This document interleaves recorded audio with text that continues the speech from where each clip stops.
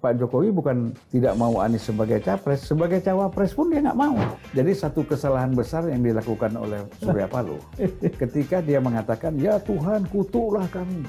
Terus dia rubah, kutuklah aku. Gitu. Cepat atau lambat kutukan ini akan terwujud. Oleh karena itu saya mengharapkan kawan-kawan Nasdem yang belum terlambat supaya jangan kena kutuk keluar dari sekarang.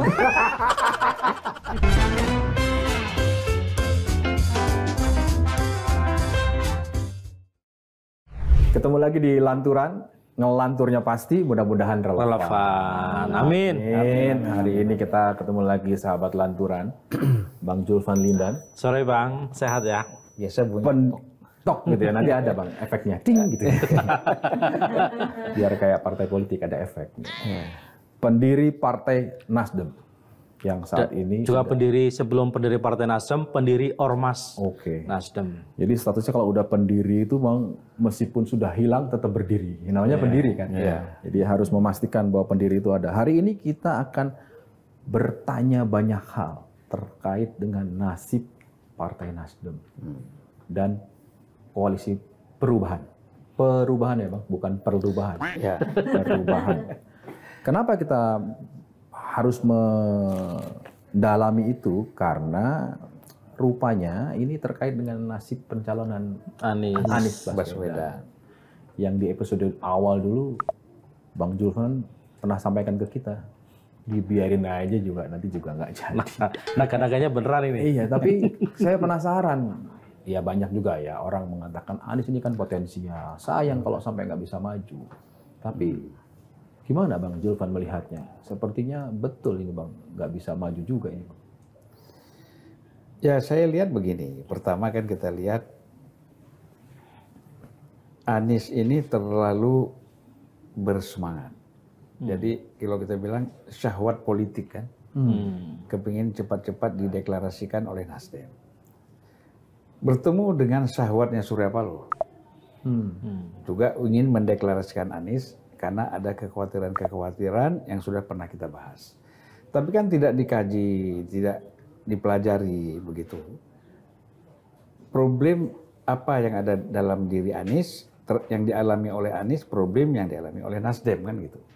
Nah dalam perjalanan kita melihat speed yang paling tinggi dukungan terhadap Anies di internal Nasdem itu adalah melalui Ahmad Ali.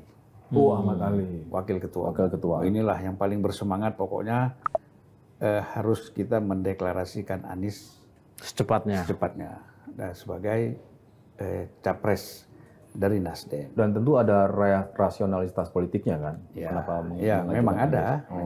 Artinya kan melihat figur dia ya yang begitu populer.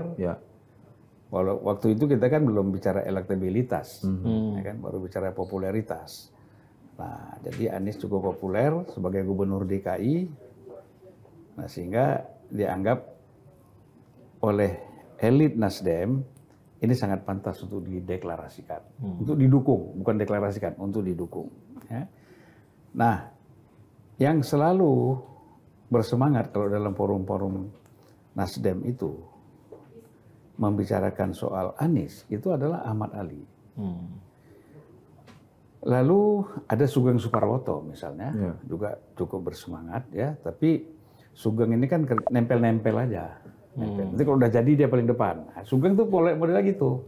Ahmad Ali dulu misalnya kan. Nah, nanti kalau udah mantap baru dia yang di depan. Ahmad Ali yang tinggal. Itu polanya Sugeng tuh sering seperti itu. Nempel-nempel. Nah, nempel dulu dia pertama. Lama-lama sobek dia baru yang jahit di depan. Tapi di politik kan biasa nempel-nempel gitu kan. Ada di belakang, kalau lagi diwawancara ketumnya ada di belakang gitu kan. Ya biasa kalau sama orang lain, tapi sesama partai nggak bagus lah. Kayak gitu. Sesama kawan nggak boleh. Ya kan, kalau kepada lawan politik oke aja gitu. Nah jadi kalau kita lihat ini internal Nasdem pun juga nggak solid. Tidak solid kalau saya baca. Ini waktu pencalonan sekarang ini juga. Sekarang. Kalau yang kemarin kan kita udah nggak usah bicara lagi. Kita bicara yang sekarang. Yang hari ini. Nah, kan kita lihat selalu apapun acara Anies Baswedan beberapa bulan yang lalu itu yang lead di depan itu kan Ahmad Ali. Ya, selalu yang bicara, yang menjelaskan, yang mendampingi semuanya. Tetapi kan beberapa bulan terakhir ke sini Ahmad Ali itu hanya ikut acara-acara kalau ke daerah. Tapi lobby-lobby dengan PKS, lobby-lobby dengan Demokrat, itu Ahmad Ali tidak pernah hadir. Kan lain kalau wakil ketua umum yang hadir di sana ada sekjen, di sini ada wakil ketua umum. Jangan levelnya diturunkan. Sekjen bukan, ketua umum bukan, wakil ketua umum bukan, Mas Sugeng dan Willy misalnya. Ini kan dua-duanya di dalam Nasdem kan bukan bukan posisi strategis lah ya. Bukan posisi strategis karena ya dekat sama Bang Surya aja. Dekat Bang Surya mungkin ya kadang-kadang SP ini kan menugaskan orang yang mana dia cocok aja.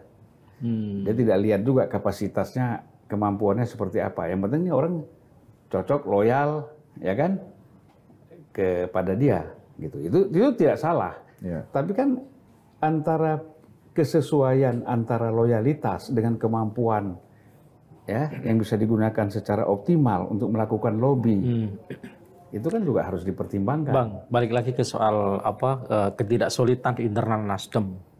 Itu selain soal apakah ketika di pertemuan-pertemuan misalnya antara tim 8 dengan 3 partai ini Ahmad Ali tidak hadir misalnya, itu menjadi salah satu indikator bahwa memang di internal sendiri sepertinya nggak solid-solid amat nih Nasdem ini soal Anies. Iya kan kalau kita bicara kalau SP nggak bisa kan wakil ketua umum kan harusnya atau artinya bisa dikatakan SP nggak percaya sama ya bisa jadi. Ahmad Kenapa? Ali. Artinya ada kekhawatiran terhadap Ahmad Ali bahwa mungkin Ahmad Ali dianggap nanti apakah bisa saja nanti tidak bisa berjalan bersama-sama dengan dua partai yang lain. Gitu. Padahal saya tahu betul lah Ahmad Ali ini kan dengan PKS sangat dekat. Ya, nah kemudian apakah juga dipertimbangkan karena posisi wakil ketua umum ini nanti bisa mendeklarasi posisi ketua umum juga. Banyak macam-macam kekhawatiran. Jadi ancaman. Jadi macam-macam kekhawatiran. Dan selain itu, SP ini kan percaya kepada orang-orang yang ada di dalam Nasdem itu yang dekat dengan Prananda Paloh. Putra. Putra. Ali ini tidak dekat dengan Prananda Paloh. Kemudian yang namanya Gus Coy juga tidak dekat. Yang dekat kan Sugeng, Willy. Ini kan jadi ya nggak salah juga mendengar anak ya. Nah, anak karena kan dianggap nggak mungkin bohongin orang tuanya ya. Nah, jadi yang dipercaya ya teman-teman dekat anak lah kan gitu. Nah, apakah secara politik ini bisa diterima atau tidak itu wallahu alam kan gitu.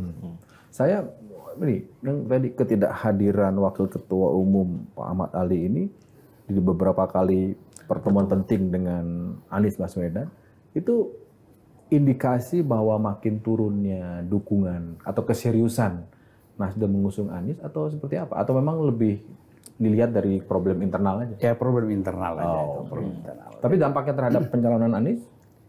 Ya, artinya begini, kan ada dua sisi yang memang tidak ketemu ya. Nah, misalnya ini lobby ke koalisi, ini bicara koalisi, ini bicara program ke daerah-daerah. Ini kan nggak sinkron nih.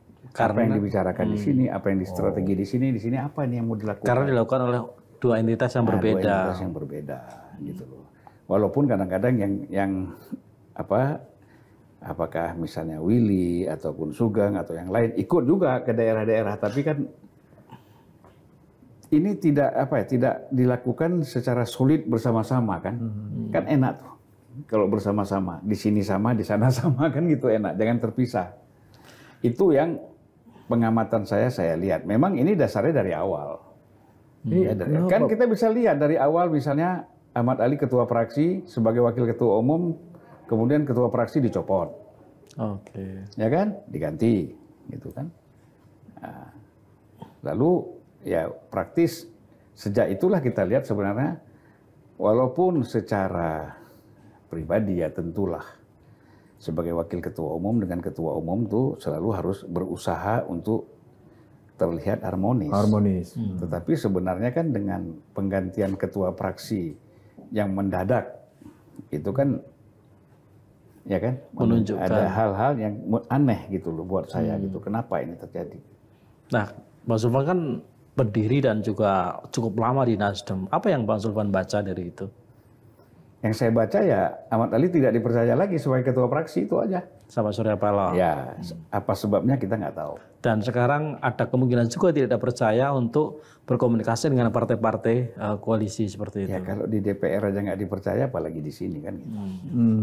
Ya kan? Gini, kita tadinya berpikir bahwa wah ini ancaman terhadap Partai Nasdem dalam konteks koalisi perubahan ya, itu memang datang dari gangguan luar yang coba hari ini misalnya ditariklah Demokrat, diganggulah PKS, geser kemana, sehingga nggak akan cukup thresholdnya dan batal lah itu mimpi Partai Nasdem untuk mencalonkan Anies. Ya. Ternyata sebelum sampai ke sana di internalnya pun sudah ada. Makanya sebenarnya kunci Anies itu di Ahmad Ali, ya, yang membangun komunikasi dengan daerah-daerah, yang membangun kekuatan.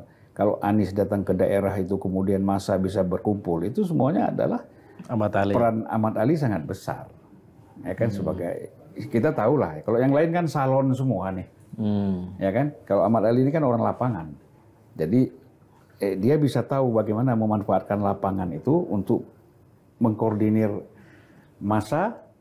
Kemudian kalau Anies datang itu kelihatan ramai kan gitu. Nah, kalau yang lain kan nggak mampu. Jadi posisi dia di situ selama ini. Selain itu, apa indikasi lain Bang terjadi perpecahan di internal Nasdem terkait dengan pencalonan Anies ini yang Bang Zulfan baca sejauh ini? Ada kekhawatiran dari segelintir kelompok Di Nasdem itu. Ya bagaimanapun kan orang mengharap setelah Surya Paloh ini menjadi tidak lagi menjadi ketua umum, ya itu kan tentu harapannya kan dilanjutkan oleh Prananda Paloh. Ya, putra mahkota. Nah, putra mahkota. Nah, sebahagian senior itu terus terang saja mengharapkan itu bisa terwujud. Nah, tetapi kan sebagian kawan-kawan juga menginginkan ya jangan dulu lah, kasih Ahmad Ali dulu lah. Oke. Ya kan, gitu. Seperti saya, lebih cocok Ahmad Ali dulu lah. Transisi kan gitu, jangan langsung gitu. Transisi dulu Ahmad Ali, kemudian siapa lagi?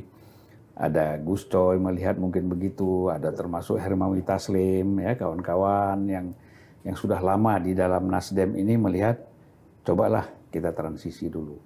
Tapi kan tidak berani muncul ide untuk dukungan kepada Ahmad Ali itu. Ya. Nah sehingga ini kan ada kecurigaan, wah ini kalau gitu Ali jangan kita kasih peran yang besar nih.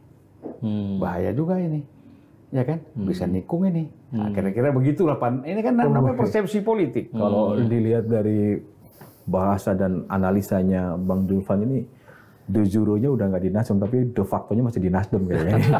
Hatinya masih di Nasdem ya. Dan ya wajar kan Bang, karena pendiri kan Bang. Iya. Apalagi makanya saya bertanya nasib berikutnya ini kan. Jangan salah Mas Yogi, meskipun udah kali Nasdem, orang-orang Nasdem yang banyak yang telepon Mas Zulfan update laporan. Iya. Artinya kalau de facto masih di Nasdem kan masih punya akses gitu kan. Dan masih punya harapan memberikan masukan. Nah pertanyaannya kan sekarang, kemana ini Nasdem ini? Kalau saya melihat lebih serius lagi nih, kalau katakanlah batal karena threshold nggak mencukupi, kemana Nasdem? Kan harus terus berjalan karena bicara legislatif juga nggak mungkin lepas dari pilpres. Dia mau terus mencalonkan. Karena kalau nggak pemilu depan dia nggak boleh mencalonkan. Ya artinya begini. Kalau kita lihat tiga partai ini, koalisi tiga partai yang mendukung Anies sekarang ini kan sekarang udah makin nggak jelas. Oke. Iya kan, makin nggak jelas. Artinya kita lihat ada pertemuan Sekjen PDIP dengan Sekjen Demokrat. Dan itu kan bukan pertemuan main-main, itu pasti pertemuan serius. Artinya Sekjen PDIP pasti restu Megawati, itu nggak mungkin. Tidak berani, apalagi dengan Demokrat, yang kita tahu bagaimana hubungannya kan. Ya, Bapak dan Ibu itu ya. Nah, mungkin tanpa persetujuan Ibu Mega. Di sana juga Rifki sebagai Sekjen Demokrat tidak mungkin tanpa restu SBY dan AHY untuk ketemu. Jadi itu sudah sangat serius, ya kan. Nah oleh karena itu perselisihan polemik antara Ahmad Ali dengan ketua Bapilunya Andi Arief dengan Ahmad Ali, itu kan percikan-percikan kecil aja. Sebenarnya di dalam sudah ada upaya untuk memang ingin lepas gitu loh. Demokratnya. Ya. Ya kan? Ya, bahkan udah terucap kok itu kan. Akan mengevaluasi dukungan kepada Anies dari Demokrat. Ya. Jika sampai Juni tidak deklarasi. Ya, 20 Juni kalau nggak salah. Ya karena kan tentulah Demokrat pasti tersinggung ya. Nggak mungkin nggak tersinggung. Karena selalu ucapan-ucapannya misalnya Ahmad Ali mengatakan kita dengan Hovifah. Gus Coy mengatakan kita kalau dengan ada calon kita adalah Hovifah dan Yeni Wahid misalnya. Tapi tidak ada nama AHY disebut. Bahkan Gus Coy terakhir mengatakan, ya kalau kita terpaksa apa boleh buat ya dengan AHY. Ini kan sebenarnya aspek pilihan terakhir. Ini penghinaan kan. Sebenarnya kan gitu. Secara etik kan bagaimana nih teman berkoalisi ini seperti ini. Gak boleh gitu ngomong kayak begitu ya kan. Sebut aja tiga-tiganya. Ada Hovifah, ada AHY, ada siapa si anaknya Gus Dur ini? Yeni. Kan sebut aja ada AHY di situ. Bang, sebenarnya kenapa sih Nasdem ini sepertinya nggak happy misalnya atau nggak mau AHY jadi wapresnya Anies? Ya pertama dianggap kapasitasnya, kemampuannya, ya kan? Dilihat memang belum pantas untuk menjadi wapres. Atau lebih tepatnya kenapa kelihatannya SP nggak mau AHY jadi cawapresnya Anies? Nah itu tadi kan gitu. Kita lihat dari segi AHY-nya ada kapasitas, kemampuan, itu satu. Kemudian memang ada perbedaan yang tajam juga pengalaman masa lalu antara SBY dengan SP. Ya. Ini kan sebenarnya ada satu kasus hukum yang dihadapi oleh SP pada masa SBY kan, dan itu sempat diganggu oleh SBY tapi kemudian selesai kan gitu. Mungkin, apa itu Bang? Apa itu? Kalau nggak salah itu kasus pembelian hotel yang di Medan itu. Tiara, Hotel Tiara. Tapi kan itu udah selesai secara hukum, ya kan. Nah, selesainya sampai mana kita belum tahu. Kasus hukum di Indonesia ini selesai tapi bisa muncul lagi kan. Artinya bisa dikatakan kita asumsikan nih SP masih ada agak sakit hati dengan SBY karena dulu pernah diperkarakan. Ada luka yang belum sembuh. Ya pertemuan, senyum itu tetap berjalan, tapi kan tidak mudah melupakan sesuatu yang menyakitkan kan gitu. Istimewa. Pertemuan cipika-cipiki ternyata lukanya luka dalam. Cipika-cipiki kan di pipi doang. Akan muncul. Ada persoalan yang disimpan di dalam. Nah ini kadang-kadang dalam situasi seperti ini dia keluar. Abang sebagai pendiri sedih nggak Bang lihat kondisi Partai Nasdem sekarang Bang? Berat ini, koalisi nggak jadi, mau ikut ke kubu Prabowo juga masih ada ganjalan besar dari istana. Pak Jokowi belum selesai sepertinya. Pak Jokowi sepertinya kemarahannya bukannya makin turun, tapi makin tinggi. Ya karena begini. Kepada Partai Nasdem ini. Sebenarnya Pak Jokowi ini kan tadi menganggap biasa-biasa aja. Ya kan, udahlah. Sudah mencalonkan Anies kan? Ya. Nah, silakan lanjut. Gitu. Dan saya tidak setuju kan, jalan aja. Tetapi saya juga mempunyai sikap dong. Masa Anda saja bersikap? Anda bersikap tidak mau sepakat dengan saya. Saya juga bersikap tidak sepakat dengan Anda. Misalnya apa? Tidak diundang pertemuan di koalisi atau di DPP PAN. Oke lah, karena alasannya di luar negeri. Kemudian tidak diundang juga pada saat di istana. Di situ yang Surya Paloh bereaksi kan agak sedikit marah, ya kan? Wah, tidak diundang, tidak apa-apa segala macam lah gitu kan. Nah, ini kan terus ditambah lagi dengan pengurus-pengurus Nasdem yang lain. Bahasanya juga agak sedikit menghantam Pak Jokowi ini. Mengkritik dengan keras Pak Jokowi, gitu kan. Kalau kita baca. Kemudian dibuat lagi satu sesi di Metro TV, jam 9 itu. Editor malam itu hampir tiap acaranya ngantam Jokowi dan pemerintah. Loh, ini Pak Jokowi bilang kok malah begini. Gitu kan. Padahal yang pertama kali bicara soal antitesis Jokowi adalah Bang Zulfan. Tapi akhirnya mereka sendiri dapat surat ya kan. Nah, ini malah dibikinin on air. Sebenarnya kan kalau mereka menangkap apa ya? Saya mengatakan Anies itu antitesis Jokowi. Karena kan memang Anies menggunakan tagline-nya kan perubahan. Change and continuity. Kalau Anies mengatakan continuity, enggak, itu bukan antitesis. Karena ada change di situ, maka itulah ada antitesa di situ. Nah, mereka sekarang bukan bicara antitesa lagi, malah membangun permusuhan dengan Pak Jokowi. Lebih gawat lagi. Antitesis kan biasa, ya kan? Jadi kalau Bang Sulpan lihat itu apa ancaman-ancaman dalam tanda kutip ya yang dilontarkan oleh elit-elit Demokrat itu serius berarti itu, Bang. Kalau misalnya Anies AHY tidak segera deklarasikan, misalnya mereka akan pindah keluar dari tapi saya kira sekarang udah nasi sudah menjadi bubur lah. Sekarang pun kalau sudah ketemu dengan PDIP ya, kemudian sudah friksi yang konflik di media terbuka, nanti kan yang lain juga sudah masing-masing sudah berbeda ya kan, di daerah juga pandangannya kok begini. Itu menurut saya semakin jauh deklarasi Anies itu sebagai calon presiden, dan AHY pun Demokrat pun sudah hambar. Gimana hambar ya? Udahlah. Hubungannya udah susah lagi ya. Udah susah kan. Orang kan lebih bagus tadinya kita ribut terus kita berkawan, itu lebih mudah. Kalau kita berkawan, ribut susah. Jadi hambar, mau gabung lagi, aduh hambar udah. Ternyata diksi dijegalnya Anies itu bukan dari luar, tapi dari internal Partai Nasdem sendiri. Kita bisa menganalkan begitu kan. Artinya kegagalan, kalau memang betul Anies gagal di deklarasi, kan ternyata kalau dari ini bersumber dari perilaku dan konflik yang ada di dalam. Ini kan semuanya ada problem, ya. Misalnya mereka melihat survei Anies terus turun. Ya, kalau nggak salah Kompas terakhir 19. Ada juga yang mengatakan 16. Itu kan terus menurun. Nah, tentu kan partai-partai ini kan berpikir bahwa ini bagaimana kalau menurun terus? Apakah kita bertahan tetap mendukung Anies? Nah, tentu ada kan yang mau masing-masing mau exit. Ya. Tapi ketika mau exit itu berpikir, wah konstituen kita gimana? Problem eksternal, kita bukan bicara internal aja. Problem eksternal juga ada. Ya, misalnya terus terang saja para pendukung Anies ini sangat gembira ketika Nasdem yang dianggap tadinya berseberangan tapi mencolonkan Anies. Gitu loh. Nah, sehingga yang tadi berseberangan masuk kan. Jadi simpati kepada Nasdem, ini bukan bicara soal mereka akan pilih Nasdem, tapi tidak berseberangan lagi dengan Nasdem. Soal pilihan itu soal lain. Tapi mereka akan pilih Anies kan gitu. Nah, seandainya tiba-tiba Nasdem menarik diri duluan tanpa alasan, tidak mendukung Anies, pasti ini marah.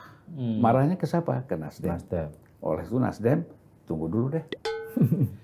Saling nunggu, nggak ada yang mau terbuka. Jangan kita dulu nih kalau mau ninggalin nih, walaupun surveinya rendah. Kita sabar-sabar dulu. Ya kan? PKS juga. Nih PKS ini total konstituennya saya yakin ini 100% ini Anies. 100%. 100% udah nggak ada lagi. Asumsi lah ya ini ya. Ya. Karena ya kita kan, kenapa kita bilang 100%? Kita kan bicara dari segi warna politiknya. Ya kan? Tidak bicara person per person, tapi warna politiknya kan dengan Anies dengan PKS ini kan sesuai. Ya, oleh karena itu konstituen itu pasti yang nggak setuju dengan Anies kan sudah juga keluar misalnya ke Partai Gelora kan gitu. Tinggal udah tersaring ya, tersaring sekarang tinggal di PKS. Gitu. Ini dengan Anies ini klop banget gitu. Nah kalau PKS juga dari diri duluan tidak mendukung Anies, problem juga dia. Ya, ditinggal sama konstituen. Tidak ditinggal oleh konstituen, tapi pengurusnya dikuyo-kuyo ini sama kader ini. Kena getahnya. Elektabilitasnya terganggu. Apa istilahnya, minta munas luar biasa lah, segala macam ya kan, bahaya buat PKS. Nah, begitu juga yang paling tidak berisiko Demokrat. Nah, Demokrat ini resikonya kecil kalau dia exit. Ya kan, karena ya dia kan boleh kita bilang irisan konstituennya nggak terlalu ini sama Anies. Nggak sama Anies biasa-biasa aja. Ya nasionalis lah. Mereka lebih loyal kepada SBY-nya, AHY-nya, atau kepada Demokratnya daripada kepada persoalan Aniesnya gitu loh. Jadi biasa-biasa aja. Jadi ini koalisi 3 partai, masing-masing mau pengen exit semua, tapi saling tunggu. Iya, gitu. nggak mau kena getahnya. Makanya yang paling berani terbuka kan Demokrat. Dengan mengatakan ingin akan mengevaluasi dukungan kepada Anies jika karena ada kepentingan, karena kalau cawapresnya bukan AHY kan. Iya, dan bisa jadi Nasdem ini, bisa jadi asumsi kita misalnya, asumsi saya. Nasdem sengaja memposisikan kondisi status quo seperti ini ya biar Demokrat kabur dan dia tetap nggak mencalonkan Anies tapi dia nggak disalahkan kan seperti itu. Karena nggak mungkin cukup kan thresholdnya. Tapi nasib Partai Nasdem nih, Bang Julfan masih setiap hari masih menyisakan waktu untuk mendoakan Partai Nasdem kan? Ya sebagai pendiri kan. Saya kalau mendoakan partai enggak, tapi mendoakan kawan-kawan di sana sehat, sukses. Biar apa? Ya mudah rezeki, sehat, sukses. Oh amin. Bukan. Biar gak kena kutuk. Biar gak. Nah itu. Ini jadi masalahnya. Ini kutukan itu gimana ceritanya itu Bang? Masalahnya begini. Jadi satu kesalahan besar yang dilakukan oleh Surya Paloh ketika dia mengatakan, ya Tuhan kutuklah kami. Wih, di jalur langit ini ngeri. Kan, kita geser dulu kalau jalur langit ngeri kita. Ya kan, berilah kami kesempatan untuk memimpin negeri ini. Bila kami tidak konsekuen, maka kutuklah kami. Terus dia rubah, kutuklah aku gitu. Nah, jadi ini bahaya. Kan? Kalau Surya Paloh menggunakan kata-kata kami dalam kutukan ini, bukan hanya dirinya. Kami yang ada di dalam seluruh Partai Nasdem ini bisa kena kutuk. Ya kan? Makanya Bang Dula beruntung dong ya. Ya. Beruntung diberhentikan di awal. Ya, mau kena kutuk. Nah, jadi kalau kita bicara kutukan, ini kan bahaya. Iya. Nah, jadi apa yang dialami ini sebenarnya kutukan. Yang sekarang sedang terjadi. Ya. Kalau dalam bahasa Quran itu kan laknat. Allah bisa bahaya banget laknat. Ya, Allah kutuk itu laknat artinya. Allah akan melaknat orang-orang yang zalim, orang-orang yang melakukan kejahatan kan, gitu. Orang menyakiti Nabi Muhammad misalnya atau Nabi, para Nabi, merusak, itu kan dilaknat oleh Allah. Oleh karena itu tidak boleh kita meminta dikutuk atau dilaknat oleh Allah. Yang kita minta adalah ampunan. Ini Bang Surya Paloh yakin betul dia bahwa dia nggak punya dosa, nggak punya salah, ya kan? Sehingga silakan kutuk saya nggak punya salah nih Tuhan. Ini bahaya benar bahasa seperti ini, ya. Padahal kan nabi-nabi ini kan semuanya suci, bersih, tanpa dosa, tidak pernah meminta dikutuk oleh Allah. Berarti mereka selalu istighfar, padahal orang bersih, suci. Kenapa nabi itu bersih, suci, tapi mereka beristighfar? Minta ampun kepada Tuhan. Bukan minta kutukan. Bukan minta kutukan. Nah inilah saya kira ini cepat atau lambat kutukan ini akan terwujud.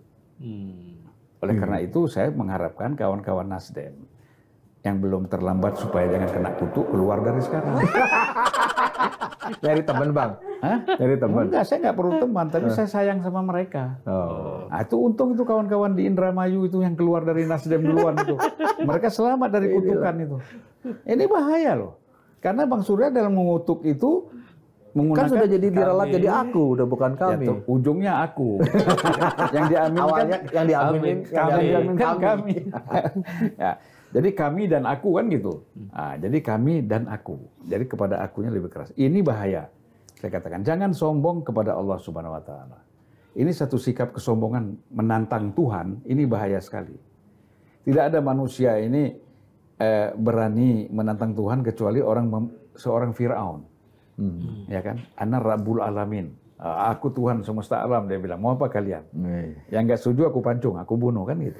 Nah, sebagai sahabat kan masih ada waktu lah mengingatkan Bang Surya. Inilah, ini cara saya mengingatkan kan. Karena dia ngomongnya di media sosial, saya ingatkannya juga di media sosial. Supaya yang lain ikut mendoakan juga. Nah, gitu kan. Kira-kira kalau memang dikabulkan itu kutukan? Bukan, doanya, minta ampun, kan pasti ada jalan baik buat Partai Nasdem. Kemana nih way out-nya? Masih tetap dengan Anies, mungkin ada opsi menjadi wapres ke siapa? Karena bagaimanapun kan Partai Nasdem butuh kotel efek kan. Gitu kan. Nah, atau ya kan yang paling ditakutkan partai-partai yang sekarang ada di DPR adalah ketika dia tidak lolos PT dan kemudian hilang di DPR. Nah, ya itu kemudian kenapa hampir semuanya ngotot mencalonkan ketumnya untuk masuk ke dalam bursa capres atau cawapres. Ya, jadi kalau kita lihat kemana ini Nasdem ini, ya agak sulit. Pertama, kalau dia mau masuk ke koalisi Prabowo, ya. Kalau Pak Jokowi misalnya masih ada kebaca agak mengarah mendukung Prabowo, dia nggak bisa masuk. Karena Prabowo akan mempertimbangkan bagaimana perasaan Pak Jokowi. Ya kan gitu. Nah kalau dia punya ke Ganjar juga, kalau di situ juga masih ada Pak Jokowi, nah dia juga agak berat. Pak Jokowi pasti nggak mau dong. Ya betul. Kalau PDI menerima Nasdem ya udah saya ke sini. Kalau Prabowo menerima Nasdem, saya ke sini. Akhirnya dua-dua tidak akan menerima Nasdem. Ya Nasdem mau kemana? Layangan putus lah kata orang. Ya kan? Ya layangan putus rebut-rebutan orang nggak jelas. Gitu. Nah, jadi kesalahan Nasdem itu ya karena mereka sudah terjun bebas. Nggak pakai parasut. Lompat dari pesawat langsung lihat, lompat. Ya kan? Gitu. Mau buka parasutnya nggak susah. Tapi ini kan nggak bisa lepas dari awal pencalonan Anies ya. Artinya kalau bicara soal kesalahan Nasdem yang terjun bebas itu ya. Kan pasti waktu itu kan Bang Zulfan ada di situ kan. Masih ada di Partai Nasdem kan. Iya. Backgroundnya sampai Pak Surya Paloh sangat 100% percaya diri untuk mencalonkan. Bahkan kan dari Singapura terbang. Beliau sedang sakit itu gimana ceritanya? Ya Bang Surya itu kan sudah bilang.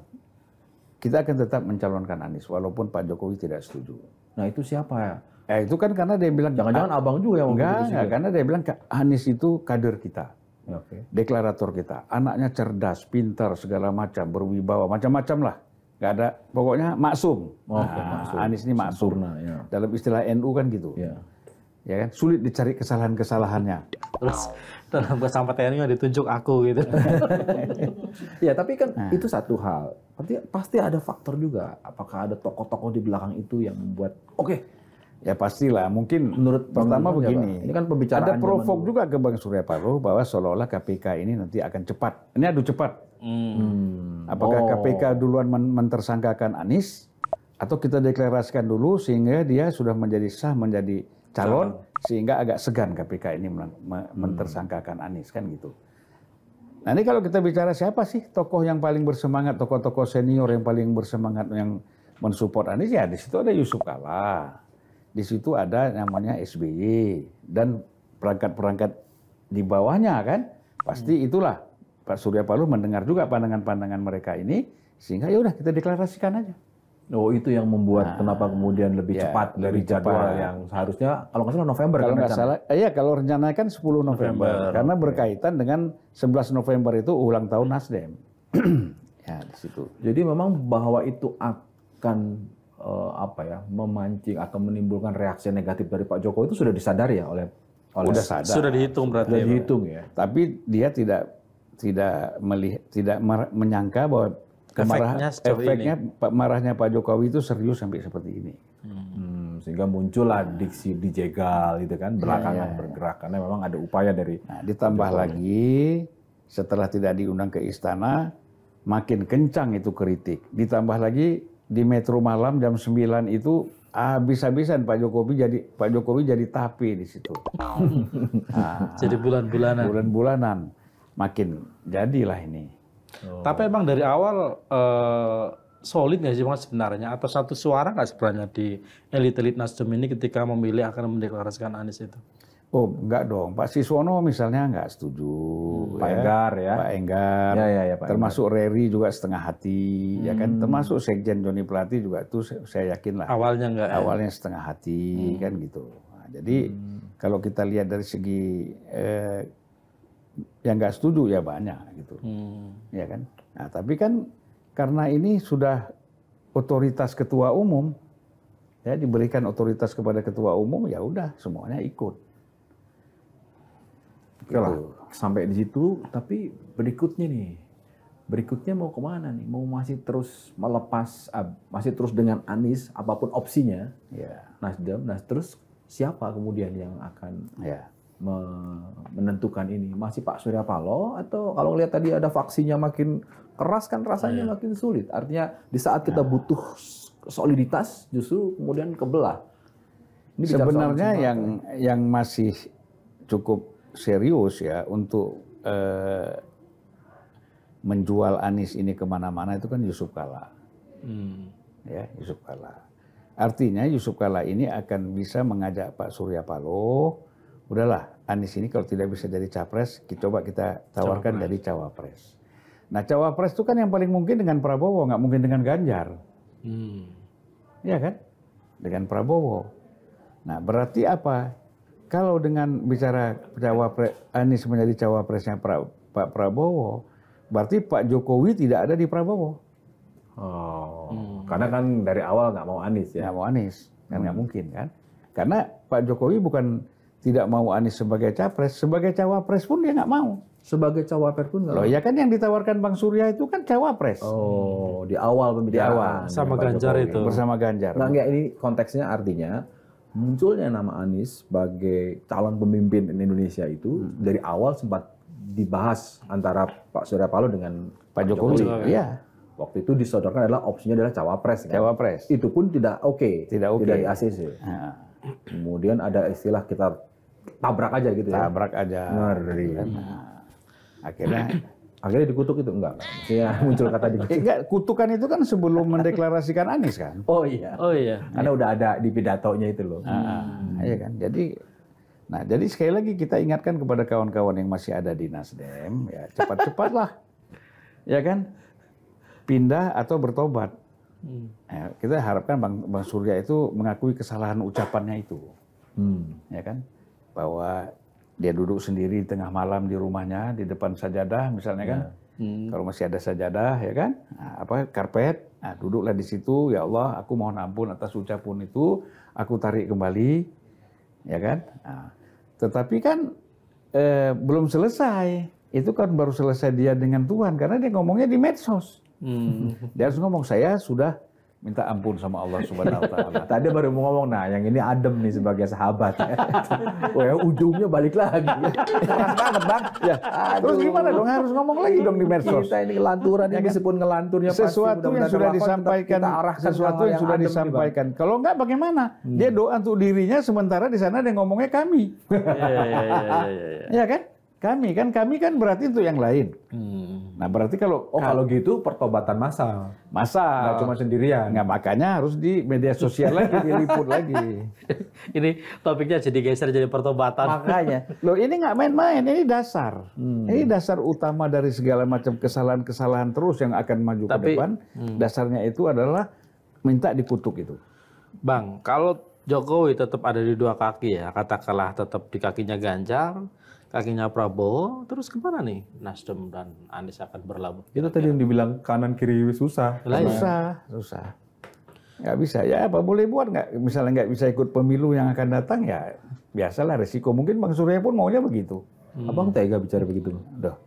Ya abang ini pendiri loh. Saya kasih tahu, ya. Dulu ketika Nasdem baru berdiri, kita mau kongres pertama.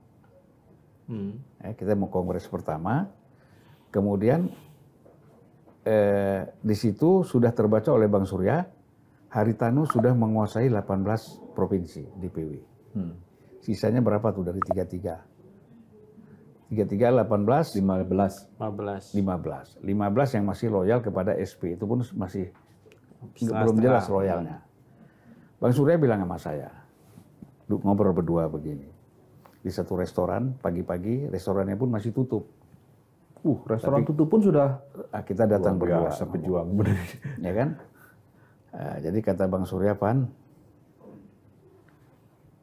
kayaknya abang mau jual Metro TV. Sudah ada yang nawar 2,5 M, kata Bang Surya. 2,5 M, 2,5 T kali Bang. 2,5 M miliar. $2,5 miliar. Oh dolar. Oke. Jangan lagi, kita nih jangan bicara rupiah. Kaget kita. Oh iya. Inilah karena tadi ini omongan kelasnya masih berupiah. Iya, dolar. Kita kan udah biasa bicara transfer Messi, Ronaldo. Ngeri. Siap.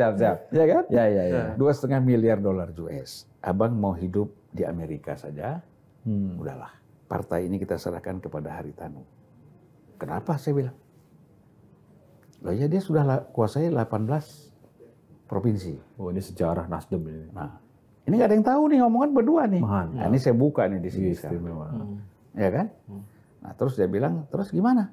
Ya udahlah, abang mau hidup di Amerika aja. Biar aja nih, duit kita pun nggak kuat melawan uangnya Haritanu. Dia kan uangnya lebih banyak dari kita, nggak kuat kita Bang. Pan, kata dia. Saya bilang nggak bisa. Tidak bisa. Saya bilang, saya nggak setuju. Saya dulu mau mulai bangun usaha setelah dari DPR sini, abang ajak masuk bikin partai, bikin ormas. Sekarang abang mau tinggalin kita semua, nggak bisa. Jadi gimana? Balik ke kantor. Tunjuk saya sebagai existing ketua umum. Ya kan? Informal. Udah. Duduk rapat, panggil semua. Ada Ferry, Rio, semuanya dipanggil, semua duduk. Ya. Sekarang semuanya, kata Bang Surya, ikut arahan Zulfan Lindat. Saya bilang, ada Irma, Suryani juga semua. Undang Haritanu dan seluruh kawan-kawan kita bikin pleno. Bikin pleno waktu itu. Ya, pleno Nasdem. Dan saya yang memperingatkan kepada Haritanu, jangan coba-coba mengganggu posisi Ketua Umum Surya Paloh. Partai ini tidak bisa lepas dari kepemimpinan Surya Paloh. Itu sikap kita. Jadi mohon maaf. Ya. Dan Bang Surya tetap menjadi Ketua Umum. Saya tegaskan begitu. Semuanya sepakat. Nah, kemudian kita kongres. Kongres karena sudah sepakat seperti itu, aklamasi. Surya Paloh sebagai Ketua Umum. Nah, jadi dia kalau dalam posisi gitu nanti gampang aja, tinggalin aja kan gitu. Artinya udah ada presiden seperti itu. Nah, gini gitu juga, susah-susah gini lah udah. Iya Bang, artinya kita memang kembali lagi dari awal kan kita ingin tahu ya bagaimana ya, karena bagaimanapun kita melihat kehadiran Nasdem selama paling tidak 10 tahun di era Jokowi ini kan juga punya kontribusi lah. Ya. Sehingga dalam situasi apapun kami melihatnya ya kalau bisa ada Nasdem dengan segala kekurangan dan kelebihannya gitu Bang. Sementara Bang Zulfan kan bilang kita kan ada pepatah begini, rusaknya apa susu apa sebelanga. Susu Gara-gara nilas titik, gara-gara nilas titik rusak susu sebelanga. Inilah kebaikan yang sudah dibuat itu kalau tidak dirawat akhirnya menjadi rusak gitu. Ini kalau caleg-caleg Partai Nasdem. Karena kalau dalam Al-Quran kan itu dikatakan walal akhiratu khairul laka minal ula. Akhir itu lebih baik daripada awal. Kau awal berbuat baik tapi akhirnya kau nggak baik. Su'ul khotimah itu. Itu kan kalau orang NU kita ngomong gini enak langsung nyambung.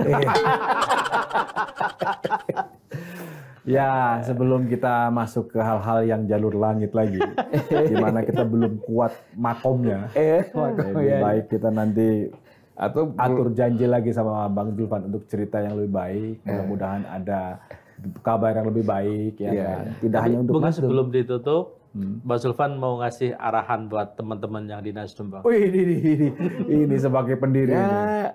Yang agak adem dikit Bang, jangan yang jual-jual gitu Bang, ngeri kita Bang. Enggak, maksudnya ya saya mengharapkan ya kawan-kawan yang di Nasdem, terutama tokoh-tokohnya, figur-figurnya yang diusulkan menjadi caleg itu terpilih.